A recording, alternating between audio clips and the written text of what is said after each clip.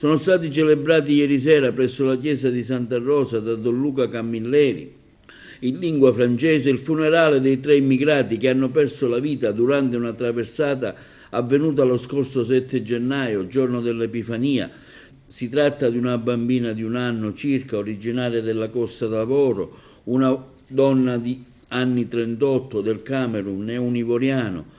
Alla cerimonia avvenuta in chiesa erano presenti alcuni dei parenti delle vittime residenti in città. Per l'occasione un mazzo di fiori è stato deposto sulle bare da parte delle autorità presenti nella chiesa.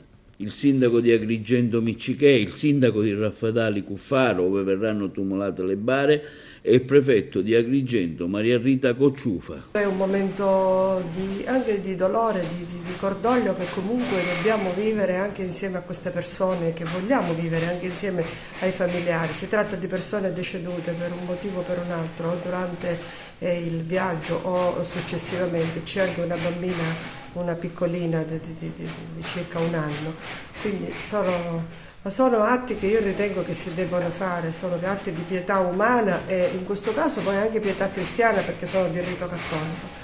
Stasera stessa le salme saranno trasportate al cimitero di Raffadali. Anzi, ringrazio il sindaco che continua a dare questa grande disponibilità, perché anche questa della tumulazione purtroppo è diventata una situazione complicata da gestire, ma noi qui abbiamo questa grande fortuna, abbiamo tanti problemi, ma le amministrazioni comunali non hanno mai lasciato solo il prefetto e la prefettura anche per quanto riguarda questo rito pietoso della sepoltura. Quindi purtroppo anche oggi dobbiamo registrare, c'è stato un decesso di un ragazzo, di un minore in un centro per minori, abbiamo avuto un decesso l'altro ieri all'interno dell'hotspot di Lampedusa. Questo purtroppo dà l'idea di come anche tante di queste persone che arrivano sono in condizione di grande fragilità.